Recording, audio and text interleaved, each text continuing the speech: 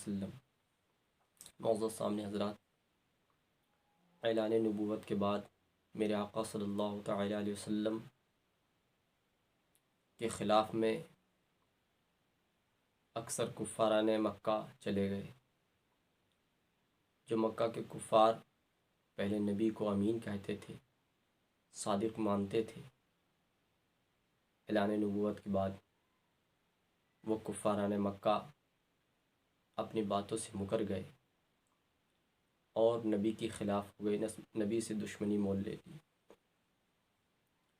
میرے نبی صلی اللہ علیہ وسلم دین اسلام کی تبلیغ کرتے رہے اور کرتے تھے، دھیرے دھیرے وہ دین اسلام کو پھیلا رہے تھے، لوگ روز بروز دائرہ اسلام میں داخل ہو رہے تھے۔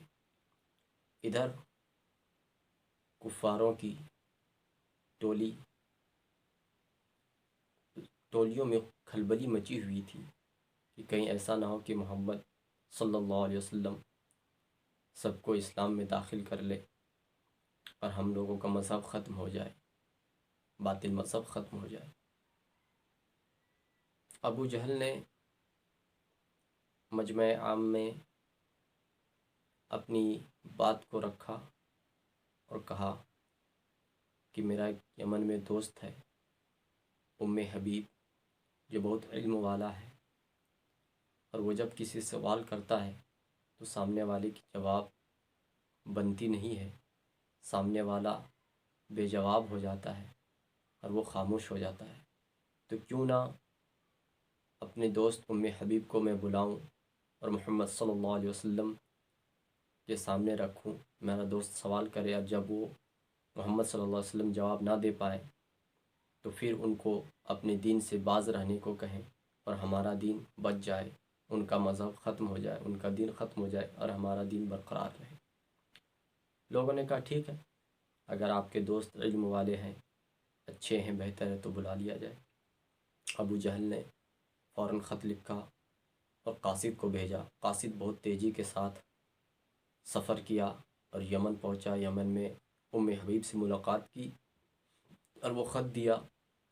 خط کھولنے کے بعد جب دیکھا کہ ابو جہل کا ہے، بہت جلدی بلایا ہے، تو فوراً وہ اپنا سر و سامان باندھا اور سفر کو شروع کیا اور مکہ پہنچا۔ مکہ پہنچا تو اعلان کرا دیا پورے شہر میں کہ آج محمد صلی اللہ علیہ وسلم سے میرا دوست سوال کرے گا، اگر وہ جواب نہ دے پائیں تو وہ اپنے دین کو نہیں پھیلائیں گے، وہیں رک جائیں گے، وہ ہمارے ہی دین میں رہیں گے، ہم ان کے دین کو قبول نہیں کریں گے، اور اگر وہ جواب دے دیے تو قبول کر لیا جائے گا ان کے دین کو۔ الغرض نبی کی بارگاہ میں بھی یہ بات رکھی گئی کہ یمن سے ایک شخص آیا جو آپ سے سوال کرنا چاہتا ہے، آپ سے بات کرنا چاہتا ہے۔ میرے آقا صلی اللہ علیہ وسلم نے فرمایا ٹھیک ہے، میں آ رہا ہوں، بات کرنے میں کیا دقت ہے، بات کرتا ہوں۔ جب میرے نبی اس مجمع میں گئے، سارے لوگ بیٹھے ہوئے تھے۔ یمن سے جو آیا تھا ام حبیب، وہ اتنا ضرور جانتا تھا کہ جو اللہ کا نبی ہوگا وہ معجزے ضرور دکھائے گا، اسے اس بات کی علم تھی۔ اس نے نبی کی بارگاہ میں 2 سوال کیا۔ پہلا سوال کہ اے محمد عربی صلی اللہ علیہ وسلم، اگر آپ میرے پہلے سوال کا جواب دیں گے تو میں دوسرا سوال کروں گا، اور اگر آپ پہلے سوال کے جواب نہیں دے پائیں گے تو دوسرا سوال کرنے کی ضرورت ہی نہیں ہے، پہلے آپ میرا پہلا سوال کا جواب دیجئے، پھر میں دوسرا سوال کروں گا، 2 ہی سوال آپ سے پوچھوں گا۔ میرے آقا صلی اللہ علیہ وسلم نے ارشاد فرمایا ٹھیک ہے، تمہارا سوال کیا ہے بتاؤ۔ ام حبیب نے کہا کہ اگر آپ اللہ کے نبی ہیں، اللہ کے رسول ہیں، اللہ کے پیغمبر ہیں، تو پھر چاند کو 2 ٹکڑے کر کے دکھائیے۔ مجمع میں جتنے لوگ تھے سب لوگ تعجب میں پڑ گئے کہ بہت اچھا سوال ہے، بہت اچھا سوال ہے، اب محمد چاند کو 2 ٹکڑے کیسے کرے گا؟ اگر یہ جادوگر ہے تو جادو تو زمین والوں پر چلتی ہے، آسمان والوں پہ کہاں؟ چاند تو آسمان میں ہے، چاند تو بہت اوپر ہے، اس پر جادو کیسے چلے گا؟ سارے لوگ خوش ہو گئے، ابو جہل بھی پورا خوش ہو گیا، مگن میں تھا کہ اب تو میرا دوست بہت اچھا سوال کیا ہے۔ میرے آقا صلی اللہ علیہ وسلم مسکراتے ہیں اور ارشاد فرماتے ہیں کہ تم لوگ چاند کو 2 ٹکڑے ہونا دیکھنا چاہتے ہو، چلو میرے ساتھ۔ میرے آقا صلی اللہ علیہ وسلم پہاڑ پر تشریف لے جاتے ہیں۔ تشریف لے جانے کے بعد سارے لوگوں کو کہتے کہ دیکھو چاند کی طرف، میں چاند کو 2 ٹکڑے کرتا ہوں، تم لوگوں کو ماننا پڑے گا کہ میں اللہ کا نبی ہوں، تم لوگ مانو۔ میرے آقا صلی اللہ تعالیٰ علیہ وسلم نے اپنے انگشت مبارک سے چاند کی طرف اشارہ کیا اور چاند 2 ٹکڑا ہو گیا۔ چاند صرف 2 ٹکڑا نہیں بلکہ 2 ٹکڑے کو الگ الگ جگہوں پر گرایا۔ میرے آقا نے ارشاد فرمایا کہ اے مکہ والوں، میں جانتا ہوں کہ اگر میں صرف ہلکا سا اشارہ کر دوں، چاند پر درار آ جائے اور ہلکا الگ ہو جائے تو تم لوگ کہہ سکتے ہو کہ پورا ٹکڑا نہیں ہوا، لیکن چاند کو 2 جگہوں پر گرایا، ایک اس پہاڑ کی طرف، دوسرا ٹکڑا اس پہاڑ کی طرف۔ اور میرے آقا نے ارشاد فرمایا کہ اے لوگوں، اگر تم لوگوں کو یقین نہ ہو، اگر یقین نہ ہو تو پھر جتنے بھی مسافر ہیں، سفر کرنے والے ہیں، ان لوگوں سے بھی پوچھ لینا کہ تم لوگ اپنی جگہوں سے چاند کو 2 ٹکڑے ہوتے ہوئے دیکھے ہو یا نہیں دیکھے ہو۔ حبیب دیکھ کر حیران رہ گیا، لیکن کب مکہ والوں نے نبی کی اس معجزے سے بھی انکار کر دیا اور کہنے لگے کہ اب تو محمد کا جادو چاند پر بھی چلنے لگا، معاذ اللہ۔ میرے آقا صلی اللہ علیہ وسلم کا یہ معجزہ دیکھ کر کے حبیب خاموش ہو گیا۔ میرے آقا صلی اللہ علیہ وسلم نے ارشاد فرمائے کہ اے حبیب، اب بتاؤ دوسرا سوال تمہارا کیا ہے؟ یا اے حبیب، میں بتاؤں کہ تمہارا دوسرا سوال کیا ہے؟ حبیب خاموش ہو جاتا ہے۔ میرے نبی فرماتے اے حبیب، دوسرا سوال تمہارا یہ تھا، تم جانتا تھا کہ اگر میرے پہلے سوال کا جواب مل جائے گا، اگر سچا مل گیا تو وہ اللہ کا نبی ہو سکتا ہے، اللہ کا پیغمبر ہی ہوگا، تو میں دوسرا سوال اپنے مفاد کے لیے کروں گا، اپنے ذات کے تعلق سے کروں گا۔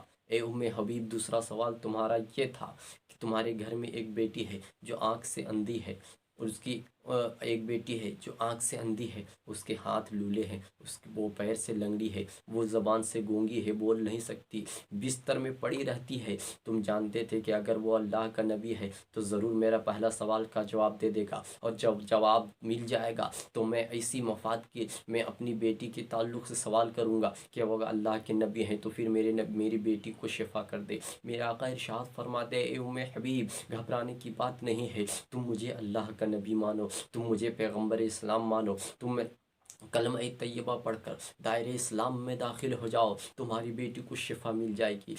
حبیب کہتا ہے بے شک میں صدق دل سے مانتا ہوں، یہ میری دل کی بات ہے، میں نے کسی کو نہیں بتایا، اور بے شک میری بیٹی آنکھ سے اندھی ہے، میری بیٹی زبان سے گونگی ہے، میری بیٹی کا پیر لنگڑا ہے، میری بیٹی بستر پر پڑی رہتی ہے، وہ بول نہیں سکتی، وہ کام کر نہیں سکتی، وہ دن بھر بسترے میں پڑی رہتی ہے۔ بے شک آپ اللہ کے رسول ہیں، یا رسول اللہ مجھے کلمہ طیبہ پڑھا کر دائرہ اسلام میں داخل کر لیجئے، کیونکہ جو چاند کو 2 ٹکڑا کر سکتا ہے وہ جادوگر نہیں ہو سکتا، وہ اللہ کا پیغمبر ہو سکتا ہے۔ میں آپ کو اللہ کا پیغمبر مانتا ہوں۔ میرے آقا ارشاد فرماتے اے حبیب، اب تو دیر کس بات کی، پڑھو کلمہ طیبہ لا الہ الا اللہ محمد رسول اللہ صلی اللہ علیہ وسلم۔ حبیب کلمہ طیبہ پڑھ کر دائرہ اسلام میں داخل ہو جاتا ہے اور مسلمان ہو جاتا ہے۔ مسلمان ہونے کے بعد پھر حبیب جلدی سے اپنا گھر لوٹتا ہے۔ جب گھر میں دروازے میں دستک دیتا ہے، آواز لگاتا ہے تو دروازہ کھول دیا جاتا ہے۔ جب دروازہ کھولتا ہے تو کیا دیکھتا ہے؟ حبیب کی آنکھیں پھٹی کی پھٹی رہ جاتی ہے۔ حبیب سوچ میں پڑ جاتا ہے، حبیب تعجب میں پڑ جاتا ہے کہ جو دروازہ کھولی تھی وہ کوئی اور نہیں تھی، اس کی بیٹی تھی۔ جو بیٹی پاؤں سے لنگڑی تھی، چل نہیں سکتی تھی، دروازہ کھولنے کے لیے آ گئی ہے۔ جو بیٹی ہاتھ سے کچھ کام نہیں کر سکتی تھی، وہی بیٹی دروازہ کھول رہی ہے۔ جو بیٹی دیکھ نہیں سکتی ہے، وہی بیٹی دروازہ کھول رہی ہے۔ جو بیٹی بول نہیں سکتی تھی وہی بیٹی دروازہ کھول رہی ہے۔ جب حبیب دیکھتے ہیں تو عرض کرتے ہیں اے میری لخت جگر، اے میری بیٹی، بتا تو صحیح کہ آخر یہ معاملہ کیا ہے، تم ٹھیک کیسے ہو گئی، تمہیں شفا کیسے مل گیا؟ اس کی بیٹی عرض کرتی ہے ابا حضور میں کیا بتاؤں، کل رات کو میں جب سوئی تھی تو خواب میں ایک نورانی شکل والا آیا، خواب میں ایک نورانی چہرہ والا آیا، خواب میں ایک خوبصورت حسین نوجوان آیا جو میں نے آج تک کبھی بھی ایسا شخص کو نہیں دیکھا، ایسا نورانی چہرہ والا نہیں دیکھا، ایسی کالی زلفیں والا نہیں دیکھا، ایسے بات کرنے والا نہیں دیکھا، ایسے انداز سے چلنے والے کو میں نے نہیں دیکھا۔ وہ بزرگ میرے پاس آئے اور میرے سر پر ہاتھ رکھے، میری آنکھوں کو مس کیا تو میں نے دیکھنے لگی، میری زبانوں کو مس کیا تو میں بولنے لگی، میرے ہاتھ کو مس کیا تو میرے ہاتھ کام کرنے لگے، میرے پیر کو مس کیا تو میرے پیر بھی ٹھیک ہو گئے۔ ابا حضور اس بزرگ نے دعا کی مر میں شفا پا گئی۔ پھر اس بزرگ نے کہا اے بیٹی دیر کس بات کی ہے، اٹھو، میں مکہ میں تمہارے باپ کو کلمہ پڑھایا ہوں، اب گھر پر میں تمہیں کلمہ پڑھانے آیا ہوں، کلمہ پڑھ کر دائرے اسلام میں داخل ہو جاؤ۔ وہ بیٹی عرض کرتی ہے اے ابا حضور یہی بات تھی کہ کل رات کو میں کلمہ طیبہ پڑھ کر دائرے اسلام میں داخل ہو چکی ہوں، دائر اسلام میں داخل ہو چکی ہو۔ پھر حبیب عرض کرتا ہے اے میری بیٹی میں اسی نبی کی بارگاہ سے کلمہ طیبہ پڑھ کر آ رہا ہوں، اسلام کو قبول کر کے آ رہا ہوں۔ دراصل میں اس سے سوال کرنے کے لیے گیا تھا، دراصل میں اس سے مخاطب ہو کر کے اسے ہرانے گیا تھا، لیکن میں اپنا دل ہار کر کے آیا ہوں۔